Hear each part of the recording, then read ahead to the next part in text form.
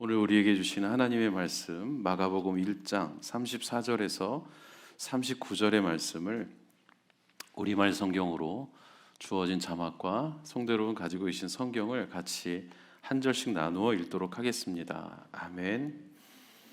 마가복음 공부를 계속하고 있습니다. 아직까지 1장인데요. 1장을 한 달째 공부할 수 있나? 필요하면 그렇게 해야 되겠죠. 오늘은 예수님께서 34절에 보니까 온갖 병에 걸린 사람들 많이 고쳐주셨다. 우리가 이 구절만 읽으면 너무 은혜가 되죠. 그런데 모든 말씀은 상황이 있습니다. 여러분의 모든 말도 상황이 있죠. 그 상황이 있기 때문에 그런 말을 하게 되고 그 상황이 있기 때문에 그런 행동을 하게 됩니다. 이걸 컨텍스트라고 합니다. 모든 성경은 상황, 즉 그 당시에 환경, 시간, 공간 없이 이루어진 말씀이 없습니다. 과연 예수님은 왜 온갖 병에 걸린 사람들을 많이 고쳐주셔야만 했을까요? 예수님이니까 당연할까요? 우리 앞선 32절에 어떤 글이 기록되어 있는지 자막은 없습니다. 여러분 성경을 봐주십시오. 32절에 이렇게 기록되어 있어요. 그날 저녁 해 진 후에 아픈 사람들, 귀신 들린 사람들이 전부 다 나와왔대요. 32절을 보니까 예수님이 이 수많은 사람들을 고쳐주신 시간이 저녁 이후라는 걸 알게 됩니다. 왜 저녁 이후에 이런 일을 해야만 했을까요? 32절에 나온 그날은 무슨 날일까요? 그날이 안식일이었습니다. 예수님께서 안식일에 회당에 들어가서 병자를 고쳐주셨죠. 귀신 들린 자라고 오해받기도 했고 실제로 그러기도 했었을 법한 뇌전증 환자, 간질병 환자를 고쳐주셨어요. 안식일에 이루어진 일입니다. 그런데 그 모든 상황을 눈으로 똑똑히 본 사람들이 안식일이 끝날 때까지 기다렸던 거예요. 왜냐하면 안식일에 병 고치면 안 됐었기 때문에. 그 당시에 율법학자 바리새인들이 어떻게 가르쳤습니까? 레위기 율법에 따라 신명기 율법에 따라 안식일을 범하면 돌에 맞아 죽는다 협박하고 그들을 묶어 놓았던 거예요. 예수님께서 오셔서 하셨던 말씀이 있죠. 안식일의 주인이 바로 나라고요. 안식일에 너희들의 당나귀나 소나 염소가 우물에 빠지면 안식일이니까 너희들이 손 놓고 있느냐? 너희 재산이니까 당장 뛰어들어가서 안식일에 걸으면 안 되는 걸음을 오버해서 무슨 일이든지 하려고 하는 인간들아, 왜 병에 걸린 사람을 낫게 해줄 생각은 하지 못하느냐고요. 소위 하늘에서 이 광경을 보시다가 내가 레위기 율법을 준 이유, 사회 규범을 준 이유, 내가 신명기에 새로운 계명을 준 이유가 그런 이유가 아니다라고 하면서 복장 터지듯이 사람의 몸을 입고 뛰쳐내려 오셔서 하신 일이 안식일에 사람들이 어느 때이든지 병 고침을 받을 수 있게 해주셨던 거예요.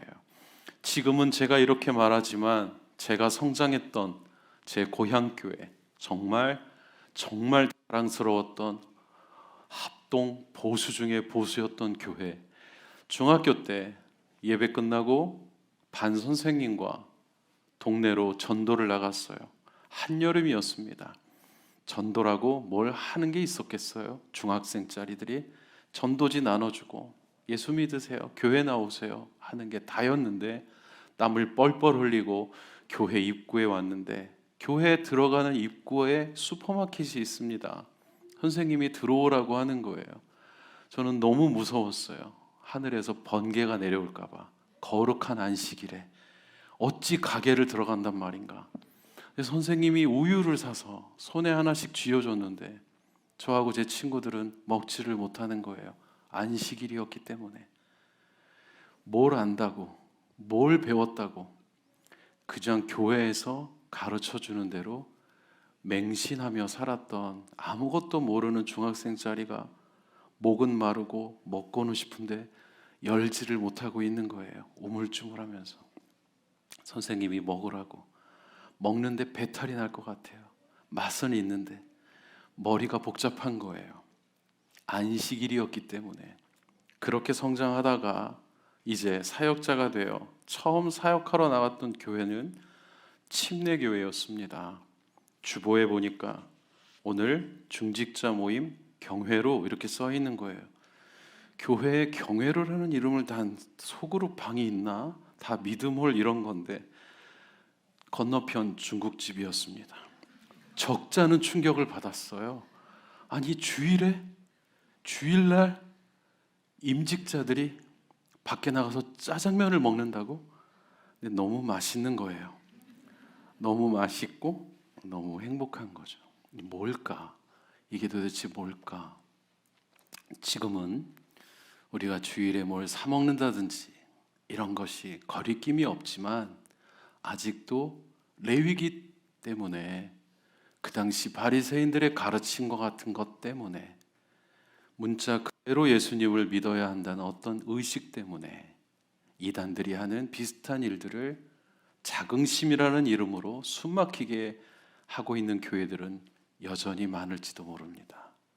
예수님은 우리에게 주일날 뭘 사 먹어라 말아라, 이런 건 먹어도 되고 이건 안 된다고 하신 적이 없습니다. 입으로 들어가는 모든 것이 깨끗하다고 하셨어요. 그걸 먹고 내뱉는 말이 더럽다고 하셨죠. 안식일에는 움직이질 못했던 겁니다.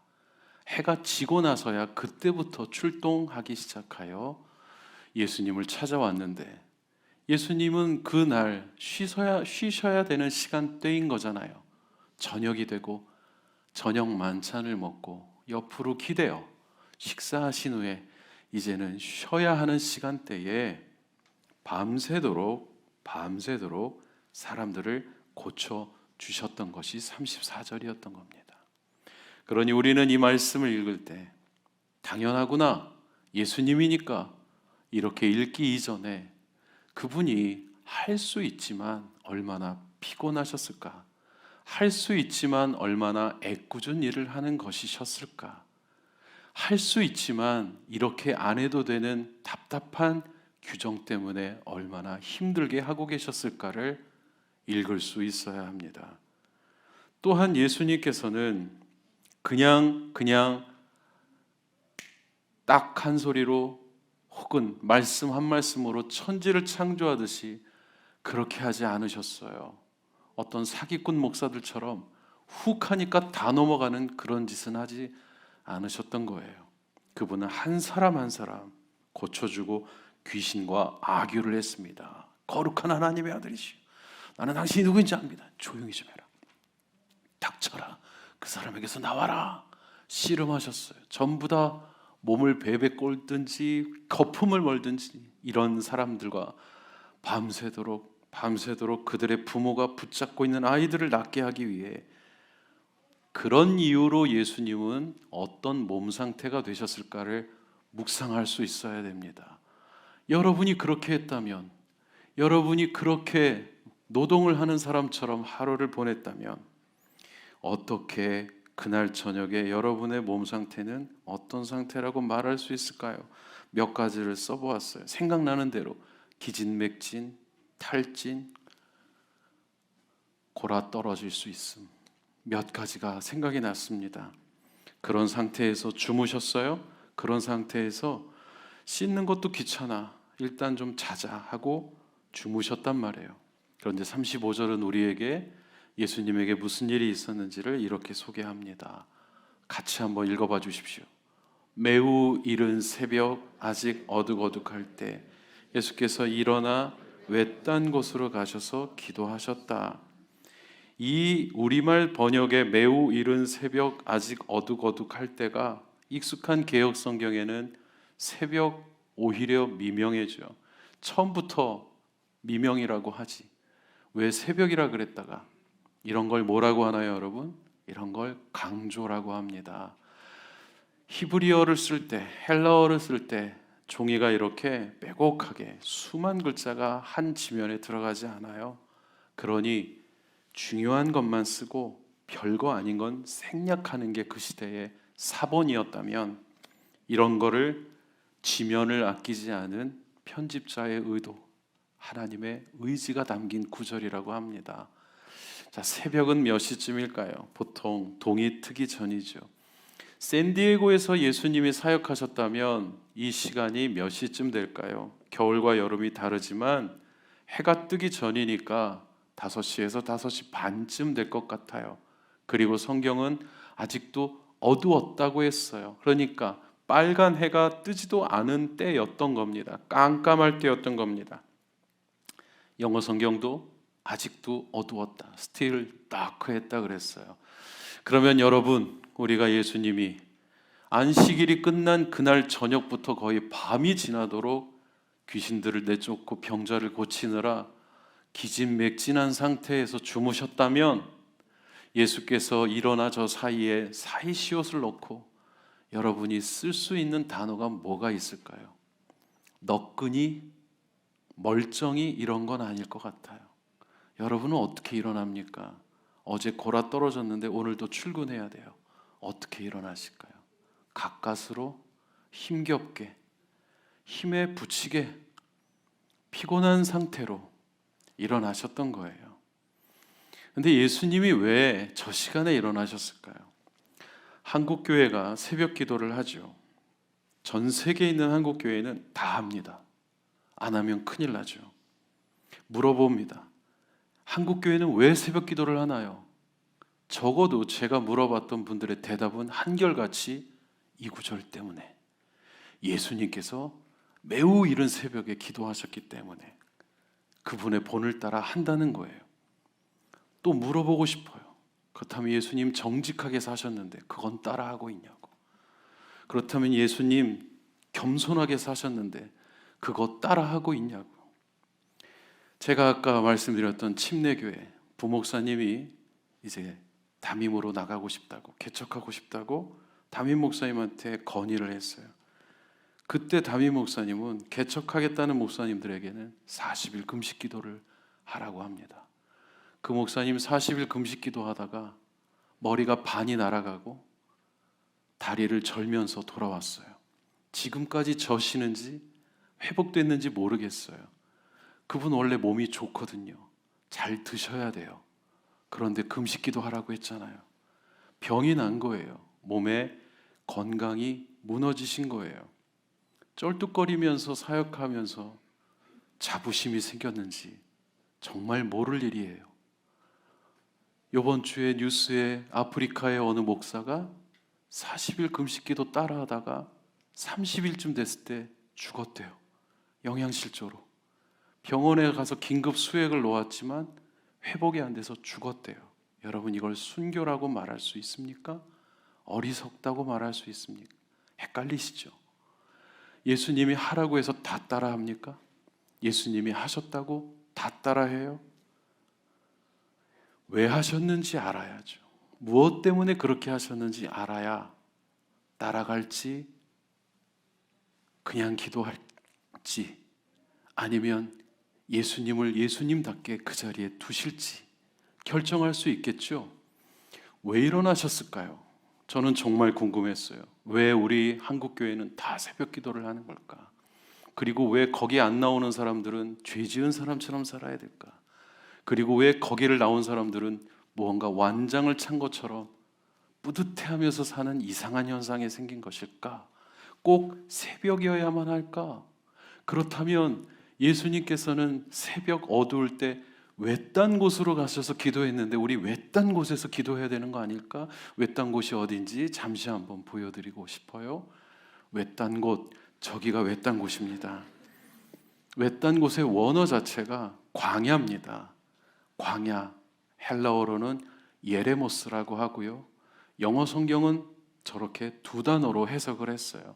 wilderness, desert place, 사막이죠. 사막.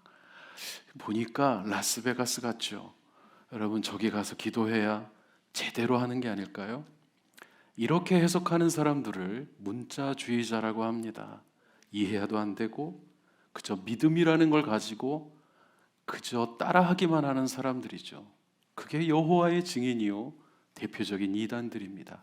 현대적인 해석은 다 무시하고 문자 그대로 지킨다는 거예요. 이단이 아니어도 이단과 정통의 경계선에 몰려있는 수많은 교회들이 비슷한 짓들을 하기도 하죠.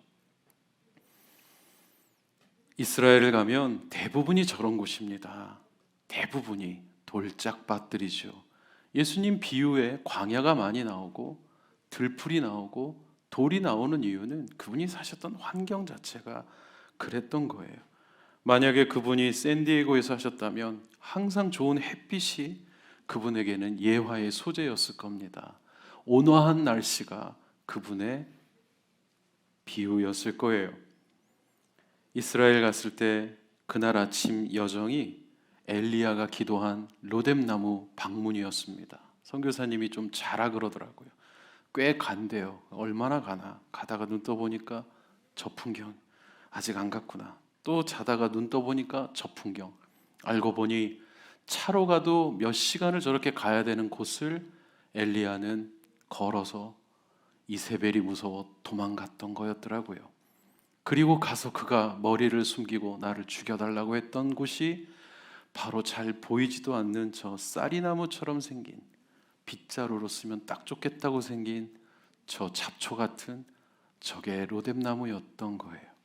알고 보니 어느 교회마다 있는 근사한 카페 이런 거와는 전혀 어울리지 않는, 어느 교회의 주일학교 책 공과책에 어느 사모님이 그려주셨다는 울창한 나무와는 전혀 상관없는 처절한 공간이 바로 로뎀나무. 비교적 잘 자라면 몸도 숨길만 하고 꽃도 핍니다. 그러나 나무라고 말하기에는 너무 어색한 광야의 잡초가 로뎀나무였던, 예수님 저기에서 기도하셨던 거예요. 저런 곳에서 사시면서 기도하셨는데, 성경은 우리에게 광야를 적극적으로 숨기지 않습니다. 우리는 조금 어려운 일이 생기면 나는 지금 광야를 통과하고 있습니다라고 말할 정도로 우리에게 가까운 곳이 광야예요. 그런데 집은 그림 같은 초원 위의 집에서 살면서 광야처럼 산다고 말할 때가 있는 거죠. 이 광야에서 하나님은 사가랴의 아들 세례 요한에게 말씀으로 그를 만나 주셨고, 이 광야에서 예수님은 우리가 더 이상 욕심과 싸우지 않아도 되는 그분의 처절한 40일의 금식 기도를 통해 뱀과 싸우시면서까지 우리를 위해 피 흘려 주셨던 곳입니다. 광야는 성령이 계시는 곳이며 거기에서 나를 말씀으로 만나 주시는 곳이 광야였어요. 저는 두 번째로 궁금했습니다. 이분은 왜 새벽에 일어나셨을까? 사람들이 안 찾아오는 시간이 그 시간뿐이었던 거예요. 저와 같이 성경대학을 공부하시고 1대1을 하신 분들은 기억나실 겁니다. 이 시간이 아무도 나를 방해하지 않는 시간이라는 것을. 따라서 한국 교회가 새벽 기도라는 아름다운 전통을 만들었지만 그것만이 진리다라고 우기면 안 되는 겁니다. 어느 교회는 새벽에 성도들이 모일 수가 없어요. 그런 교회는 어떻게 할까요? 저녁 기도회를 하죠. 어느 교회는 아침이고 저녁이고 성도들이 모일 수가 없어요. 그래서 오전 10시부터 12시까지 기도회를 합니다. 그게 그 교회에 방해받지 않는 시간과 공간을 확보한 성경의 예수님의 기도 시간 같은 거죠.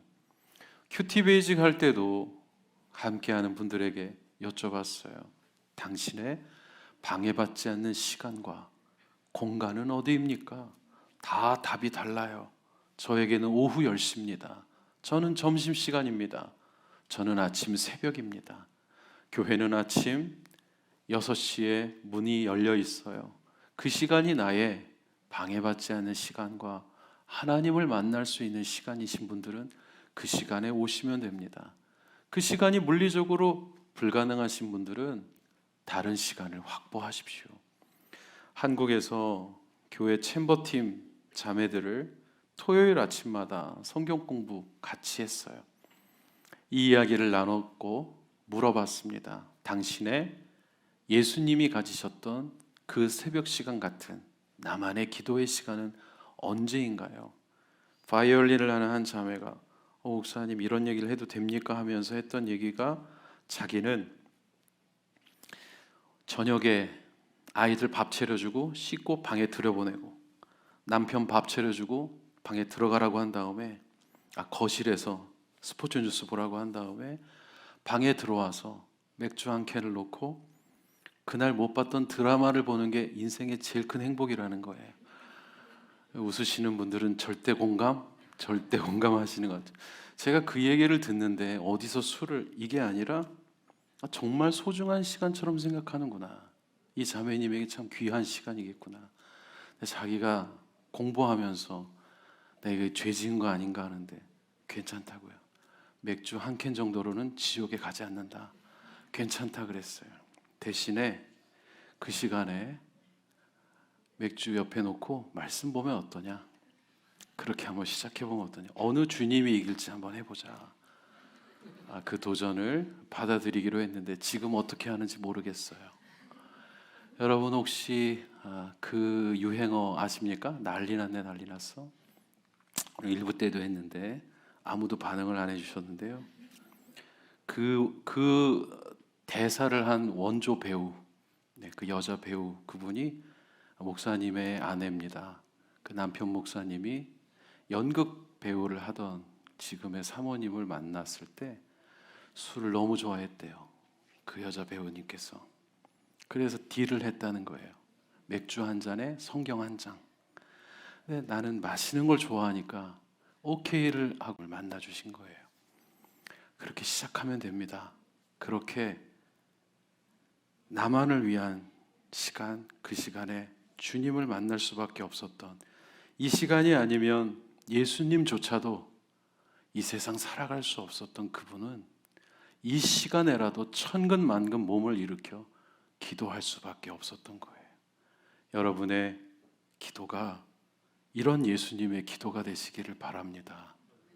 자랑하는 시간이 아니고 그걸로 경력을 말하는 시간이 아니라 나는 이거 안 하면 죽습니다. 저는 이게 저의 생명의 시간입니다. 다른 게 다 잘 되는 것 같아도 예수님 지금 그랬어요. 사람들이 밀려오기 시작했어요. 엄청난 사람들이 몰려오고 그분을 찬양하기 시작했어요. 그분이 거기에서 넘어지지 않고자, 거기에서 유혹에 빠지지 않고자 천근만근 몸을 일으켜서 하나님께 기도했던 거예요. 저는 두 번째 궁금해졌어요. 무슨 기도를 하셨을까? 예수님이 무슨 기도를 했는지 성경에 몇 개 나와요. 너희는 이렇게 기도해라. 주기도문도 나오고 요한복음 17장에 가서 죽으시기 전에 대제사장의 기도, 어린 양의 기도, 순교자의 기도, 사형수의 기도를 한 것도 기록되어 있는데 예수님 여기서는 무슨 내용으로 기도했는지가 나오질 않아요. 누군가 알고 있지 않을까? 누군가 들었지 않을까? 고민하다가 발견한 곳이 히브리서 5장 7절이었습니다. 히브리서 5장 7절 말씀 같이 한번 읽어봐 주십시오. 예수께서 육체 가운데 계실 때 자신을 죽음에서 구원하실 수 있는 분께 통곡과 눈물로 기도와 간구를 올리셨고 그의 경외하심을 인하여 하나님의 응답을 받았습니다. 이 말씀은 아마도 예수님이 십자가를 지기 전에 겟세마네에서 3번 기도했었던 주님, 이 잔을 내게서 옮겨주십시오. 제가 못 받아들이겠습니다. 못 마시겠습니다. 그 포도주가 사약 같은 거예요. 죽어야 되는 거예요. 못하겠습니다 했던 기도였던 것도 같아요. 그런데 저는 더 나아가 마가복음 1장 35절에 새벽에 외딴 곳으로 가셔서 기도했었던 예수님의 기도의 내용은 무슨 말을 한 게 아닌 게 아니었을까? 무슨 말을 할 수가 있는 상태가 아니고 말을 하자니 눈물부터 나오며 기도하자니 한숨부터 나오는, 주님, 제가 아버지 당신과 약속하고 인간의 몸을 입고 여기 왔는데 이런 줄은 몰랐습니다. 이렇게 악독하고 사악하고 이렇게 거짓말을 하며 배신하는 사람들인 줄 몰랐습니다. 당신의 형상으로 만들어진 인간들이 회복시켜야 하는 줄 알고 몸이 부서져라 사역하지만 언제까지 할지 모르겠습니다. 감당할 수 있을지 모르겠습니다. 울다가 통곡도 했다가 때도 썼다가 한숨도 쉬었다가 침묵도 했다가 옛날에 어느 사역 집회를 가면 그때 당시 제 나이에 제가 30살밖에 안 됐으니까 50대 지금 제 나이에 집사님들이 일어나서 기도를 하는데 기도를 안 해요. 주여 주여 주여 주여 아버지 아버지 차라리 기도를 하시라고 잠 좀 자게 해. 아직 일어나려면 시간이 남았는데 너무 일찍들 일어나셔가지고 저희 스텝이니까 본당에서 자니까 오셔가지고 주여 주여 아버지 아버지 차라리 기도를 하세요. 알람도 아니고 똑같은 말만 반복하고 도대체 왜 이러시는 거냐고 그랬단 말이에요. 그런데 지금 생각해 보니 말이 안 나오는 게 아니었을까? 그 어머니들이 더 이상 무슨 말을 이어야 되는데 말이 이어지지 않는 게 아니었을까? 삶을 돌아보니, 가정을 돌아보니, 남편을 생각하니 기가 막힌 게 아니었을까? 이해가 되고 있어요. 예수님이 이렇게 기도하고 있는데 등장합니다. 36절에 시몬과 그 일행들이, 이 시몬은 베드로죠.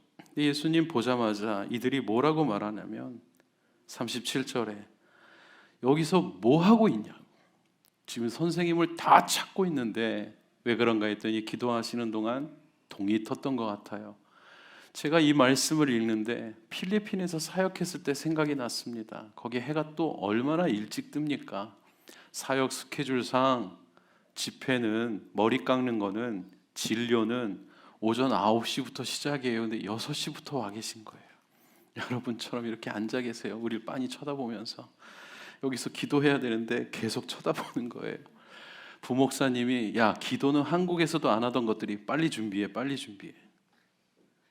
청년들 막 시험 들고 아무것도 없는데 뭘 준비하라고 하고 엉망진창이었어요. 예수님 상황도 마찬가지였던 것 같아요. 귀신이 나갔대. 우리 딸이 이제는 발작을 안 한대. 여러분 같으면 밤새워 기다려서 날 뜨자마자 데리고 오고 싶지 않았을까요? 제자들은 흥분하기 시작하는 거예요. 사람들이 몰려온다. 이제 우리도 이 생활 청산할 수 있을 것 같아. 뭔가 한 자리 차지할 수 있을 것 같아. 특히나 시몬은 더 했어요. 더 흥분하고 예수님을 혼내기까지 합니다. 지금 뭐 하는 거냐고. 이때 예수님의 반응 38절입니다. 따옴표만 같이 한번 읽어주십시오. 시작. 가까운 이웃들에 가서도 말씀을 전파하도록 하자. 내가 이 일을 하러 왔다. 예수님 지금 뭐라고 말씀하시는 거예요? 베드로야 그만해라. 안 할 거야. 여기서는 그만할 거야. 아니 이렇게 수많은 사람들이 기다리고 있는데 나는 이 동네에서만 일하기 위해 오지 않았다. 나는 다른 마을들에 가서도 하나님의 복음이 전파돼야 되는 사명을 갖고 왔다고 말씀하시는 거예요. 여러분 그렇게 할 수 있습니까? 지금 부흥하고 있는데 지금 엄청난 일들이 일어나고 있는데 그거 다 내려놓고 다른 곳으로 가실 수 있겠어요? 여기서 예수님이 말씀하신 이 일 그게 뭘까요? 자막이 없습니다. 여러분 성경 같이 한번 찾아보겠습니다. 마지막 구절입니다. 이사야 61장. 제가 이사야 61장 하면 우리 같이 양육자반 하셨던 분들은 기억이 나실지 모르겠어요. 제가 너무너무 강조했던 구절이기도 하죠. 이사야 61장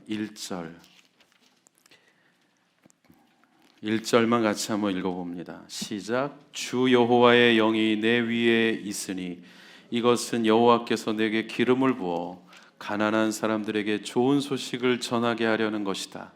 그분이 나를 보내셔서 마음이 상한 사람들을 감싸주고 포로에게 자유를 선포하고 갇힌 사람은 풀어주고 2절 3절까지가 원래 하나의 쌍이고요.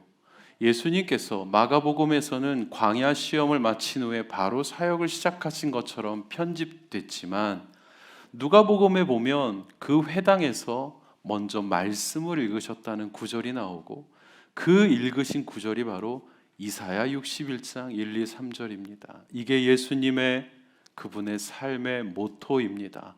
그분의 삶의 약속의 말씀이자 미션 스테이트먼트, 비전 스테이트먼트, 사명 선언문 같은 거예요. 나는 이 일을 하기 위해 왔다. 이 말씀에서 또 많은 찬양이 만들어졌죠. 3절로 만들어진 찬양 다 아실 거예요. 제 대신 화관을 내게. 제가 뭔지도 모르면서 막 율동했던 기억이 납니다. 무슨 뜻인지 모르면서 노래했었어요. 또 1절로 만들어진 찬양곡도 있죠. 주 여호와의 신이 내게 임하였으니 주님의 성령 내게 임하여 가난한 자에게 복음을 전하게 하려 하심이라.